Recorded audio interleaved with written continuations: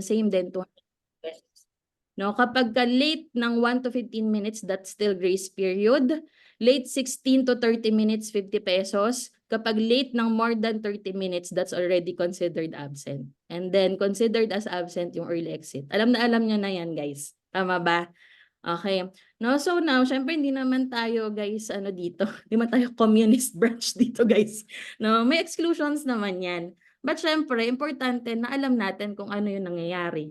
'Di ba? Hindi naman tayo manghuhula sa branch, no? Kasi Zoom attendance lang naman yung tinitingnan din natin ng basis ng time in and time out. Okay po. No, so eto, let's teach our teammates, no, to please always refer to the branch calendar.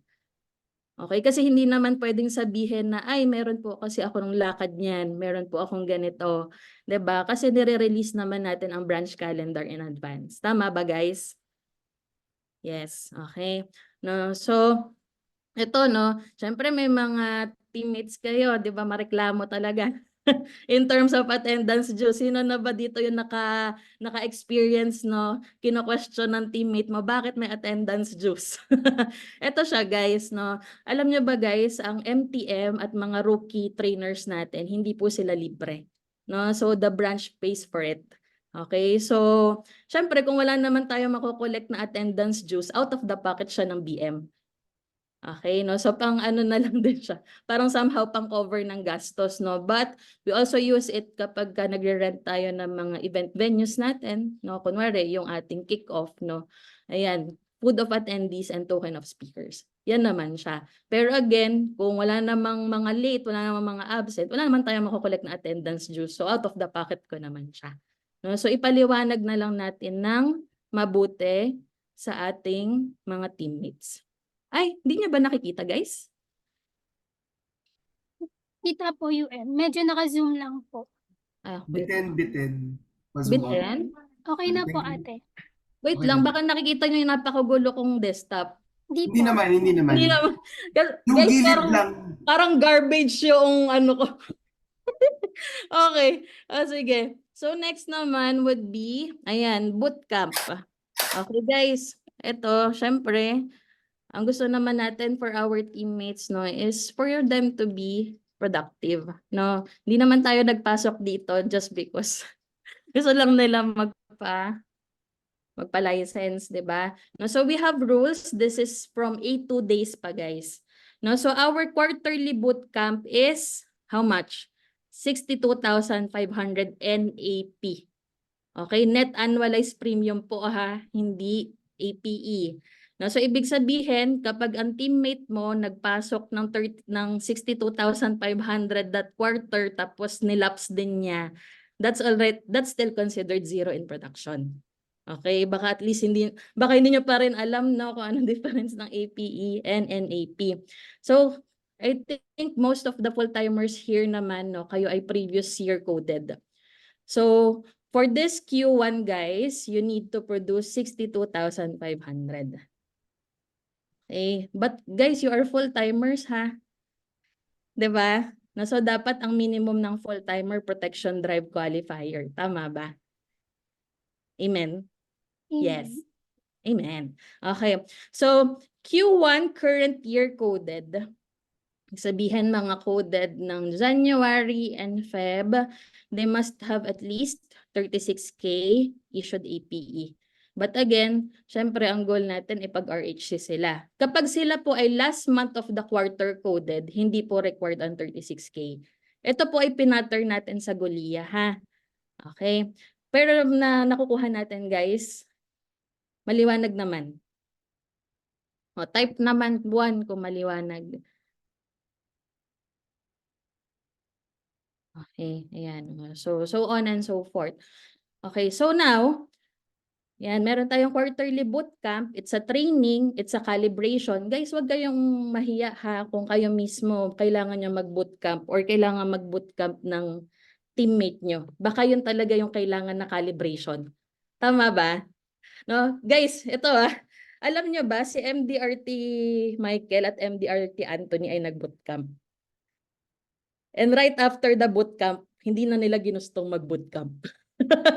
No, so baka kailangan lang ng mga ganong training, no, para para magising ang mga tao. Okay? No? So, ayan. So, there will be a whole day bootcamp. Okay? And then this bootcamp, guys, has fee ha. No? So, usually, ang bootcamp, minimum siya ng 2,000 pesos. Okay? Dito tayo magiging mahigpit this time. Failure to pay and attend the bootcamp event will result to delisment. No questions asked. Why?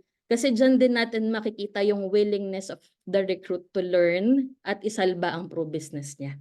Tama ba? Kapag dyan pa lang, nagre-reklamo na siya, bakit? Bakit may attendance? Bakit may bootcamp fee? Hindi ka kasi nagbenta. Okay? No? So, kung ayaw mo mag-bootcamp, syempre, habulin mo na lang. Ganun lang naman siya. Okay po? Yan. Ito guys, delistment. Starting January 2024, hindi na natin i-compute yung from last year ha. No? Kasi baka sumobrang dami naman ng attendance dues ng mga tao. By the end of the quarter, kapag hindi po na-pay yung merong mga 1,000 and up attendance dues, that's delistment. Okay? Type okay naman guys. No, wag kayong magalit sa branch ha. No, kasi in the first place during the BYB, during the MTM, pinapaliwanag ng mabuti ang Saturday branch meeting at ang unit meetings. No, so this must be part of their calendar. So wala namang attendance dues no kung uma-attend naman ng meetings. Tama? No, so for the treasurers ha, maging mahigpit po dito kapag so, ibig sabihin, January to March, yung unang quarter. So, magpe-pay tayo nito April, 'di ba? Remittance is 10th, April 10. Kapag pagdating ng April 10, meron tayong mga nakita na 1,000 and up ang dues. Sorry guys, no, that already means delistment. Okay, and then, syempre required meetings guys, Monday agents. I think wala namang matigas ulo na Monday agent ng Global Amazonite. Palakpakan nyo naman yung sarili nyo, friends. No, but just in case, no, absent in at least 2 out of 3 branch meetings in a month. No, Saturday agent naman, 2 out of 3 unit meetings in a quarter. Same with branch meeting. Okay, non-attendance in bootcamp, non-engagement in unit and branch. Alam na alam naman ng mga UMs nyo kung sino yung mga yan. And syempre, no replies. Okay, sabi ko nga sa mga ano natin, no, sa mga UMOJTs natin, friends.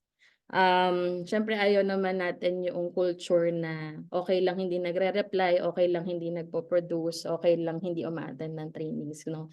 Kasi nagkakahawa-hawa siya. Hawa siya. Okay po. No, so ito sa mga aspiring OJTs ng April and October, no, salbahin na agad natin. Kung meron kayong sub-team na ganito, hindi nagre-reply, hindi nagbabayad ng dues, hindi umaattend ng trainings, salbahin na natin sila agad. Okay? Kasi we will give them until this quarter. Okay? Pero kung wala talaga. 'Di ba sabi nga ni UM Young, sometimes you have to let go for us to grow. Okay? No, so itong rules ginawa siya no para somehow makapag-filter din tayo ng mga tao sa team natin.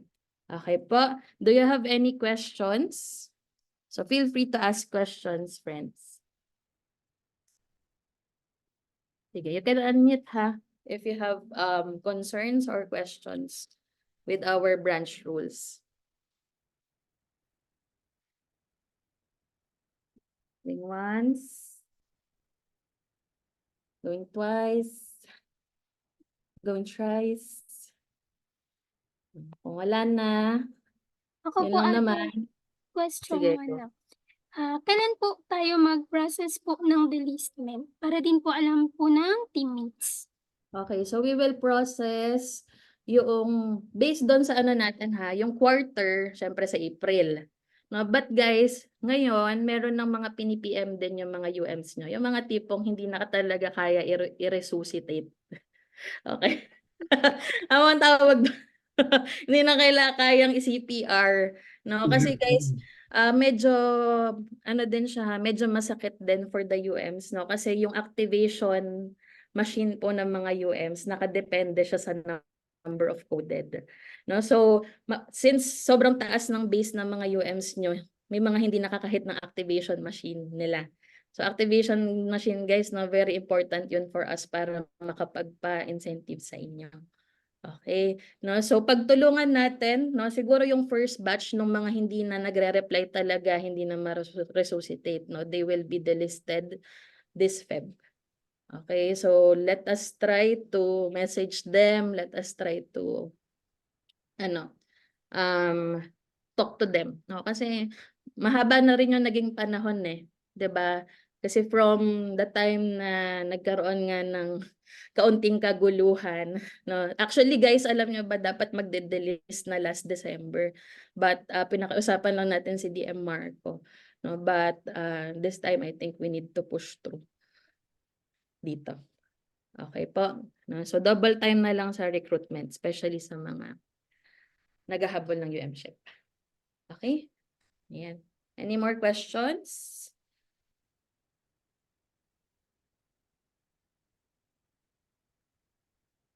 Sige. Kung wala na, yun lang naman. Thank you, Team Aloy, Anthony, Pam, UM Aloy sa ating branch meeting today. Have a great week ahead, guys. 10 days na lang matatapos na Feb. Yes Thank po, you. team. Thank you, team. Bye-bye. Bye-bye. Bye. Po. Thank you, Pam. Thank you po, Team Aloy and DM Jam.